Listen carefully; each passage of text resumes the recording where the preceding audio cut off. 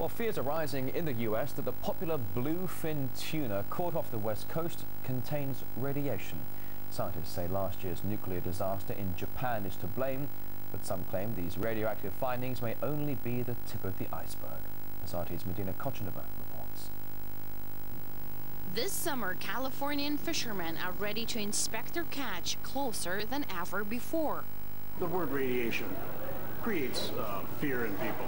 The reason for such concern lies in the latest discovery by scientists that bluefin tuna caught off the Californian coast contain radioactive isotopes brought over from the waters of Japan.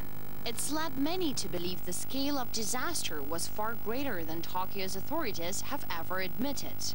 Last year's devastating earthquake and tsunami not only killed thousands, but also knocked out the Fukushima nuclear plant, spilling uncontrolled amounts of radiation into the atmosphere, soil, and sea.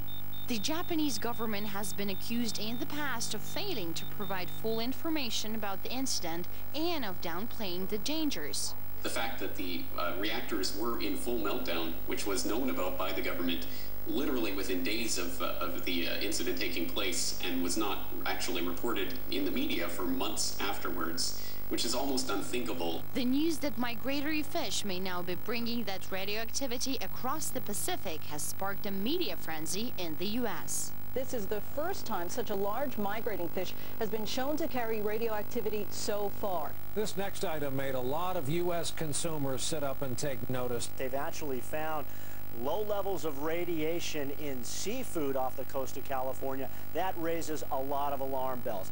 But there are fears that radiation in bluefin tuna is only the first sign of much worse disaster to come for the West Coast. Radiation is coming across the Pacific in the ocean currents, contaminating all of the sea life. It's been completely hidden.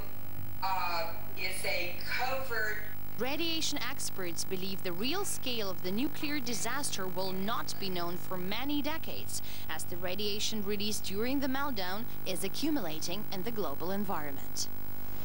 Later this summer, scientists will repeat their study on migratory fish, but this time on a far greater scale than before and taking in a number of different species.